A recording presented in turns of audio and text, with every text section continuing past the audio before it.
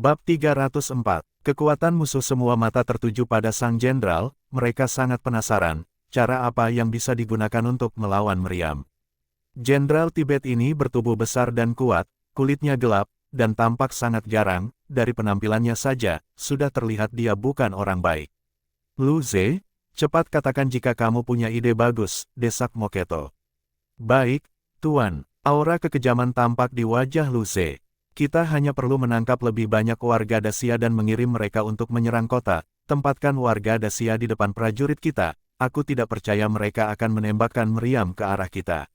Moketo terkejut, dia tidak menyangka ada cara yang begitu keji. Ekspresi Xiao Yao langsung berubah. Ini tidak pantas dilakukan. Jika kita memperlakukan warga Dacia seperti itu, mereka juga bisa melakukan hal yang sama pada kita di kemudian hari. Bukankah itu akan membuat rakyat kita menderita? Perang seharusnya hanya melibatkan para prajurit saja, melibatkan warga sipil hanya akan membuat musuh semakin marah dan justru akan meningkatkan semangat tempur mereka.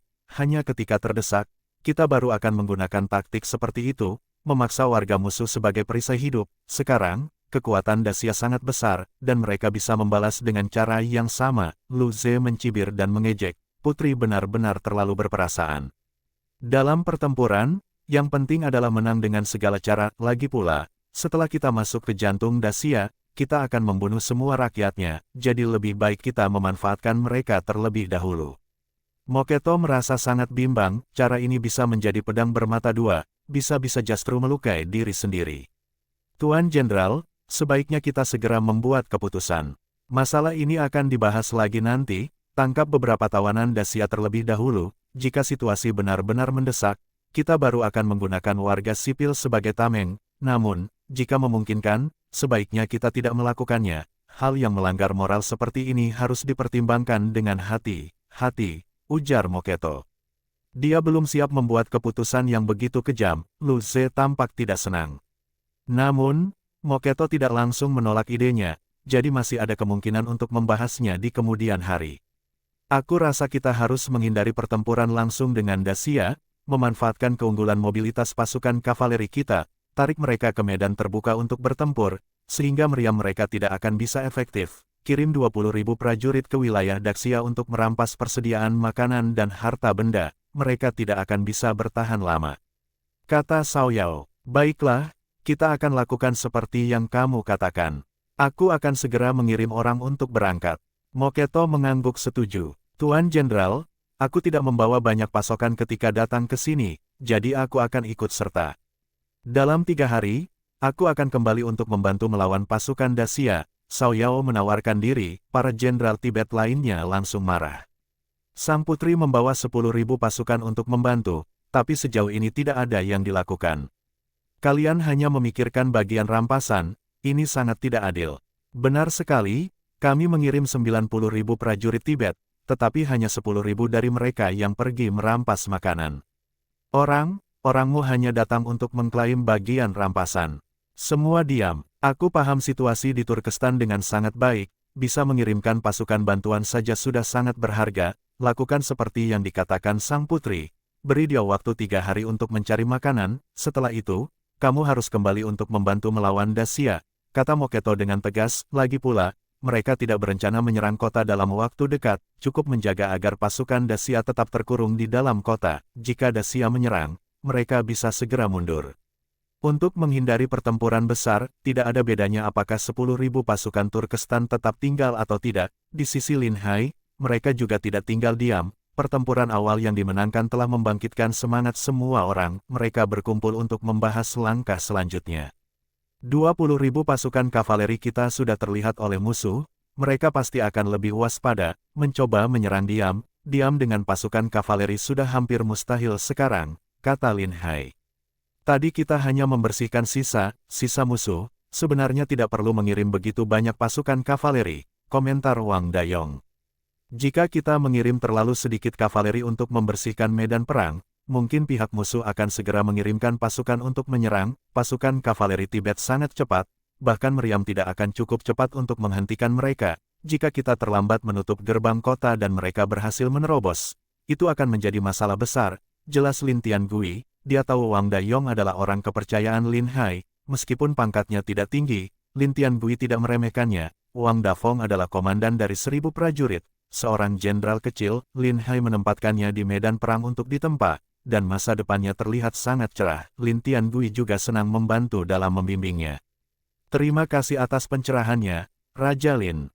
Kita tidak takut jika musuh menyerang, tapi kita harus menyimpan granat kita sampai saat yang paling kritis, kata Lin Hai sambil tersenyum. Semua orang mengingat bagaimana meriam mereka menyebabkan kerusakan yang sangat besar pada pasukan musuh sebelumnya. Semua merasa bersemangat dan tidak sabar untuk bertempur lagi. Mereka telah melihat kekuatan granat dan berharap dapat menghancurkan pasukan musuh. Kali ini, Tibet telah menderita kekalahan besar. Mereka pasti tidak akan berani menyerang kota lagi. Kekuatan meriam terlalu besar, bahkan jika seluruh pasukan Tibet menyerbu, mereka tidak akan bisa menembus gerbang, kata Lin Tiangui. Benar, jika aku orang Tibet, aku akan mengepung kota dan mencegah kita keluar. Jika bertarung, mereka akan memilih medan terbuka di mana mereka bisa menggunakan keunggulan pasukan kavaleri mereka. Sementara itu, pasukan kavaleri mereka akan menyerang pedalaman Dacia untuk membakar, merampok, dan menghancurkan, membuat kita tidak bisa tenang menjaga kota. Lin Hai menganalisis taktik Tibet dengan cermat. Banyak yang memikirkan hal yang sama juga. Pengalaman bertempur melawan musuh seperti ini menunjukkan bahwa tujuan mereka selalu merampok makanan dan harta. Hanya jika mereka memiliki keunggulan besar, mereka baru akan menyerang. Bertahun-tahun berperang, selama tembok kota dijaga, musuh seperti Turkestan dan Tibet tidak pernah bisa menyerbu dengan sekuat tenaga. Mereka tahu bahwa kekuatan Dacia masih belum habis, dan menyerang kota hanya akan menyebabkan kerugian besar bagi mereka sendiri. Pasukan Tibet telah mengepung kita, dan meskipun hanya sedikit pasukan yang mereka kirim untuk merampas makanan, kita tetap tidak bisa menghentikannya. Meskipun warga dalam radius 100 mil sudah dievakuasi, pasukan kavaleri mereka bisa menempuh jarak ratusan mil dalam sehari, kata Yu Huasi dengan wajah cemas. Situasinya tampak sulit, pasukan yang mereka bawa terlalu sedikit, dengan jumlah yang tidak memadai. Mereka tidak bisa membagi pasukan untuk melindungi warga sipil.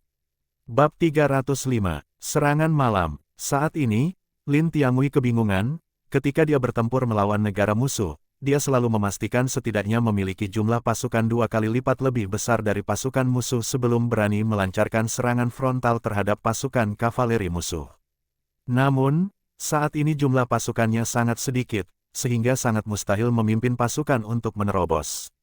Bahkan jika dia mengirimkan 20.000 pasukan kavaleri untuk menghentikan pasukan besar Tibet, mereka tetap bukan tandingannya. Lin Tiangui lebih mahir dalam bertahan daripada menyerang. Kalian belum pernah mendengar bahwa serangan terbaik adalah pertahanan, kata Lin Hai sambil tersenyum. Maksudmu kita akan melancarkan serangan terlebih dahulu? Semua orang terkejut. Kita tidak boleh gegabah, meskipun kita sudah memenangkan satu pertempuran, kekuatan kavaleri Tibet tidak bisa dianggap remeh. Terutama pemimpin mereka, Moketo yang sangat cerdas. Jika dia tahu kita melancarkan serangan, dia pasti akan segera mengepung kita. Tanpa perlindungan tembok kota, kita tidak akan mampu menghadapi mereka. Lin Tiangui terkejut dan khawatir Lin Hai akan nekat untuk beradu kekuatan dengan musuh. Tenang saja. Bahkan jika musuh ingin mengirim pasukan untuk merampas persediaan makanan kita, mereka pasti akan melakukannya di malam hari, agar kita tidak bisa melihat berapa banyak pasukan yang mereka kirim. Dengan begitu, mereka bisa menciptakan ilusi yang membuat kita takut menyerang dengan kekuatan penuh. Ketika malam tiba, kita juga akan melancarkan serangan untuk mengacaukan rencana mereka, kata Lin Hai dengan penuh keyakinan. Aku khawatir bahwa Tibet sudah memperkirakan kita akan menyerang di malam hari dan sudah menyiapkan jebakan, Lin Tiangui memperingatkan. Perang itu soal siapa yang lebih pintar. Lin Hai tersenyum penuh misteri. Kamu punya rencana bagus. Lin Tiangui tampak bersemangat. Jika Lin Hai berkata demikian, pasti dia punya strategi yang baik. Semua orang melihat Lin Hai dengan penuh harapan, menunggu rencana untuk mengalahkan Tibet. Nanti ketika langit mulai gelap, kita akan membuat keributan seolah-olah akan menyerang. Lalu kita hanya mengirim sedikit kavaleri elit untuk menembakkan panah dan membakar tenda mereka. Jika pasukan Tibet datang mengepung, kita segera mundur. Di perjalanan, kita akan menempatkan meriam untuk menyerang pasukan yang mengejar. Setelah mereka mengalami pukulan berat, mereka tidak akan berani mengejar kita lagi. Setelah itu, kita bisa melancarkan serangan besar-besaran dan mengejutkan mereka. Lin Hai menjelaskan rencananya. Rencana tersebut adalah mengganggu musuh terlebih dahulu, memanfaatkan kegelapan agar Tibet tidak dapat menebak berapa banyak pasukan yang mereka hadapi. Jika mereka mengejar, kita akan menyerang mereka dengan meriam. Dengan begitu, musuh tidak akan bisa tidur nyenyak sepanjang malam. Mereka akan selalu waspada terhadap serangan mendadak dari pasukan kita. Mereka akan kelelahan dan tidak berani membagi pasukan untuk merampas rakyat kita. Yu Huasi setuju dengan rencana itu. Ini ide bagus. Dalam pertempuran malam, jarak pandang akan sangat terbatas. Kita bisa memanfaatkan kesempatan ini untuk membunuh banyak musuh. Pada umumnya, jarang ada yang berperang di malam hari, terutama banyak orang yang menderita rabun senja. Jika terjadi kekacauan, pasukan bisa tersesat dan berlarian tanpa arah, bahkan akan tertangkap oleh musuh. Kedua belah pihak menghadapi masalah yang sama, hanya saja orang Tibet lebih banyak makan daging sehingga lebih sedikit prajurit mereka yang menderita rabun senja. Lin Tiangui juga mendukung rencana ini. Jika Tibet mengirim sedikit pasukan untuk mengejar, kita bisa mengirim lebih banyak orang untuk bertarung dengan mereka. Jika mereka mengirim pasukan besar, kita akan menggunakan meriam untuk menghancurkan mereka. Ini pasti akan menimbulkan kerugian besar untuk mereka. Setelah berdiskusi, mereka segera mulai mempersiapkan. Meriam di atas tembok kota dibongkar, terutama yang ringan dan mudah dibawa. Hanya dengan 2 orang saja sudah cukup untuk mengangkatnya. Tibet tidak melanjutkan serangan, kedua belah pihak menghentikan bendera perang mereka dan gencatan senjata. Dengan penuh kesepahaman, saat malam tiba, pihak Tibet mulai bersiap untuk bergerak. Mereka diam mengirim pasukan keluar dari perkemahan mereka di bawah naungan malam. Namun, tenda mereka tetap dibiarkan untuk menipu pasukan Daxia. Tepat ketika mereka hendak berangkat, tiba-tiba terdengar suara pertempuran. Suara pertempuran memekakkan telinga, tanah pun bergetar. Itu adalah suara pasukan kavaleri yang melancarkan serangan. Wajah para pemimpin Tibet langsung berubah. Mereka berani melancarkan serangan di malam hari, sungguh bodoh. Mungkinkah ini taktik mereka? Moketo tidak panik, dia justru dengan cepat mencari cara untuk menghadapinya. Jenderal, kita tidak bisa menunggu lagi. Musuh sudah di depan, kita harus segera menghentikan mereka. Lu Ze, kirim 10.000 pasukan ke depan untuk melancarkan serangan balasan.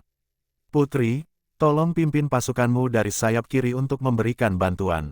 Jangan mengejar terlalu jauh, jangan sampai kita masuk ke jebakan mereka. Peringat Moketo, Cao Yao tidak menentang, pasukannya sudah siap untuk bergerak.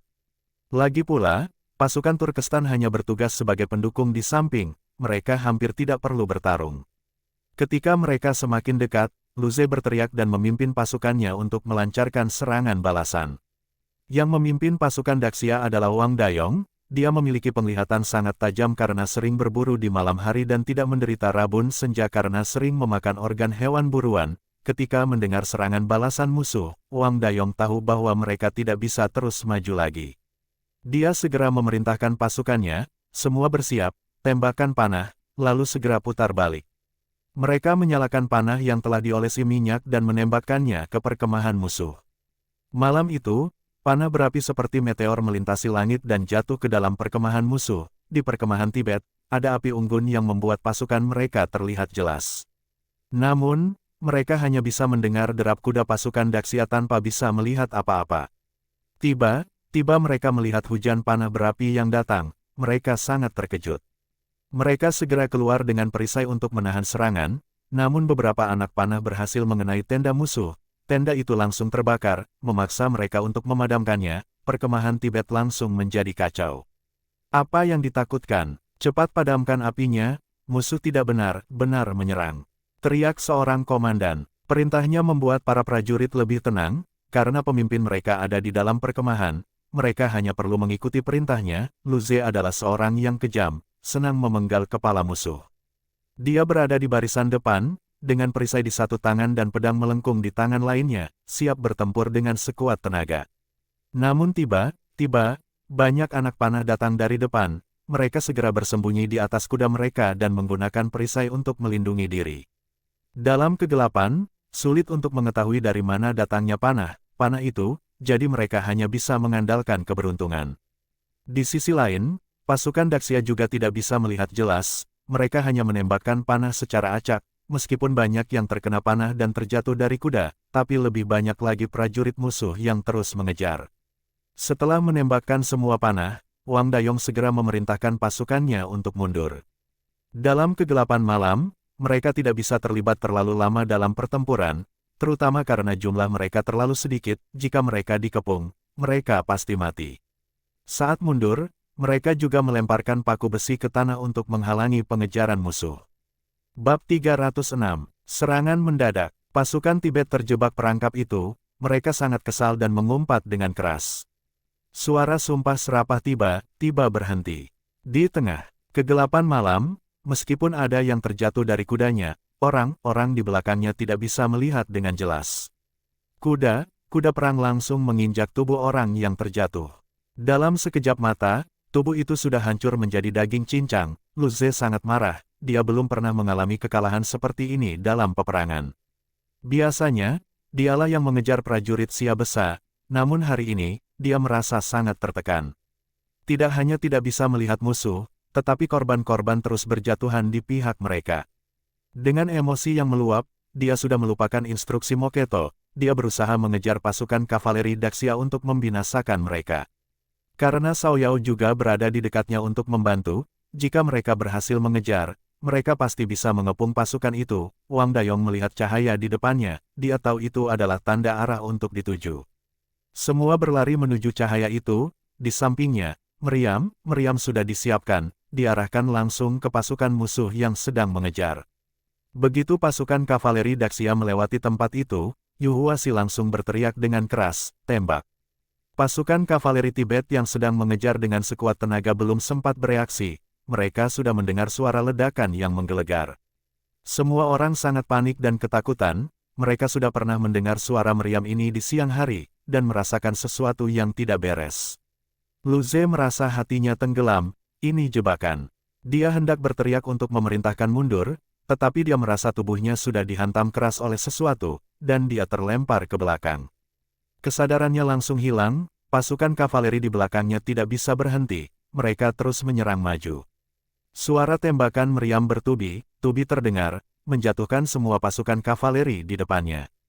Tidak lama kemudian, ribuan panah api ditembakkan ke arah mereka, menerangi sasaran meriam. Meriam langsung diarahkan ke tempat di mana musuh berkumpul paling banyak. Wang Dayong, kamu bawa sebagian orang menyerang dari sayap kanan musuh, gunakan granat untuk menyerang. Dengan dukungan meriam, mereka tidak akan menyadarinya. Usahakan musuh itu bisa dibinasakan semuanya. Lin Hai merasa ini adalah kesempatan yang baik, membinasakan pasukan musuh sebanyak mungkin tanpa memperlihatkan posisi mereka. Langkah pertama adalah melemahkan musuh, dan ketika jumlah pasukan kedua belah pihak sudah hampir seimbang, mereka bisa bertarung langsung dengan prajurit Tibet. Ditambah dengan kekuatan granat, mereka pasti bisa membinasakan seluruh pasukan musuh. Wang Dayong mengangguk setuju, dia memimpin pasukannya untuk melancarkan serangan lagi. Dia sangat bersemangat, ini pertama kalinya dia menggunakan granat, dia sudah tidak sabar melihat seberapa besar kekuatannya. Tak lama, kabar datang dari sayap kiri, bahwa ada satu pasukan yang bergerak cepat mendekat ke arah mereka. Cao Yao sangat cemas saat ini, ketika suara meriam pertama kali terdengar, dia tahu bahwa Lu Ze pasti sudah terjebak dalam penyergapan. Tidak heran Daxia melancarkan serangan mendadak di malam hari. Mereka pasti sudah menyiapkan jebakan, memancing pasukan Tibet ke dalam perangkap dan menggunakan meriam untuk menyerang mereka di tengah kegelapan. Tidak perlu berpikir panjang untuk tahu bahwa pasukan Tibet yang terjebak itu pasti sudah mengalami kekalahan besar. Bayangan medan pertempuran berdarah di siang hari muncul di benaknya. Cao Yao hanya berharap tidak ada meriam di sisi penyergapan, sehingga dia bisa memecah prajurit Daxia untuk menyelamatkan Lu Ze. Namun, dia tidak tahu bahwa Lu Ze, yang selalu berada di barisan depan setiap kali berperang, sudah terbunuh dalam serangan meriam pertama. Sekarang, pasukan Tibet tanpa pemimpin, tidak ada yang memimpin, mereka berlarian seperti anak ayam kehilangan. Induk, Moketo merasa merinding saat mendengar ledakan pertama meriam, kepalanya pusing seperti terjatuh ke dalam jurang tanpa dasar. Ini buruk, ini jebakan yang disiapkan Daxia, kita sudah ditipu. Cepat bunyikan tanda mundur, suruh semua orang mundur. Namun, meskipun pasukan Tibet berusaha keras membunyikan tanda mundur, suara ledakan meriam terlalu keras, para prajurit tidak bisa mendengarnya. Wang Dayong dan pasukannya bergerak ke sayap kanan dan belakang pasukan Tibet. Begitu mendekat, mereka melemparkan granat ke arah musuh. Prajurit Tibet berusaha melawan, tetapi mereka hanya mendengar suara ledakan di sekitar mereka. Potongan besi terbang dari segala arah, melukai para prajurit dan kuda mereka. Di sisi Wang Dayong, beberapa orang terus menembakkan panah api untuk melihat formasi dan posisi musuh. Mereka menyerang di tempat di mana musuh berkumpul paling banyak. Pasukan Turkestan tidak tahu apa yang terjadi, mereka hanya merasa ada sesuatu yang dilemparkan, kemudian terdengar ledakan besar. Setiap ledakan membunuh sekelompok prajurit, mereka bahkan tidak punya kesempatan untuk melawan. Ini adalah perbedaan antara senjata kuno dan senjata modern. Dengan strategi pertempuran kuno, mereka tidak akan bisa bertahan. Lin Hai sedang memimpin pertempuran di depan dan tiba-tiba mendengar laporan dari bawahannya. Lapor, Tuan, di sayap kiri ada satu pasukan musuh, sekitar 10.000 prajurit, mereka sedang menyerang ke arah kita. Biarkan Yu Huasi menangani mereka, pastikan mereka terhenti. Lin Hai sudah mempersiapkan ini sebelumnya. Jika ada pasukan musuh yang datang untuk memberikan bantuan dan menyerang posisi Daxia, Wang Dayong dan Yu Huasi bisa membantu dari kedua sisi. Di sisi Yu Huasi juga ada 20 meriam, cukup untuk menakuti pasukan musuh mundur. Yu Huasi memimpin pasukan dari utara yang sudah terlatih untuk menyerang.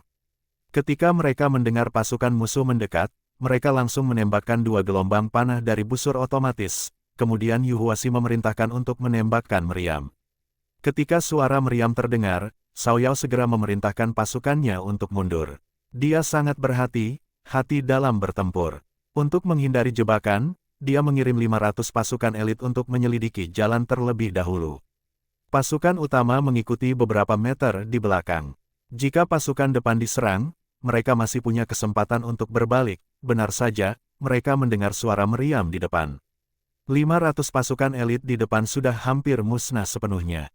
Kekuatan panah otomatis juga tidak bisa dianggap remeh, ditambah dengan ribuan prajurit utara yang menembakkan panah bersama, sama seperti hujan yang sangat deras. 500 kavaleri Turkestan hancur dalam sekejap. Cao Yao sangat terkejut, dia segera memerintahkan pasukannya untuk mundur. Dia membawa pasukannya dan segera berbalik, karena kondisi malam yang terlalu gelap, mereka tidak tahu berapa banyak jumlah pasukan Daxia yang sebenarnya dalam penyergapan ini. Tapi dengan adanya meriam, mereka tidak akan punya peluang untuk menang, mereka harus mundur untuk merencanakan langkah lain. Ini pasti ide Lin Hai, aku sudah tahun bertempur dengan Lin Tiangwei, dia tidak pernah memikirkan tipu daya seperti ini. Cao Yao menggertakkan giginya dengan marah, dia sangat membenci Lin Hai. Mereka bahkan belum bertemu muka, tetapi dia sudah kehilangan 500 prajurit elit. Cao Yao merasa sangat terpukul, dengan Wang Dayong yang menghalangi dari belakang, 10.000 pasukan Tibet sudah dikepung sepenuhnya. Dengan menggunakan meriam, granat, dan busur silang, mereka membinasakan 10.000 pasukan tersebut dengan cepat. Tanpa membersihkan medan perang, Lin Hai segera membawa pasukannya mundur. Dalam situasi seperti ini, mereka harus cepat mengambil keuntungan. Dan mundur, tidak boleh serakah. Mereka kembali ke kota secepat mungkin dan menutup gerbang kota. Untuk mencegah musuh datang menyergap, mereka menyalakan api setiap 10 meter di luar tembok kota, agar musuh tidak bisa mendekat secara diam-diam.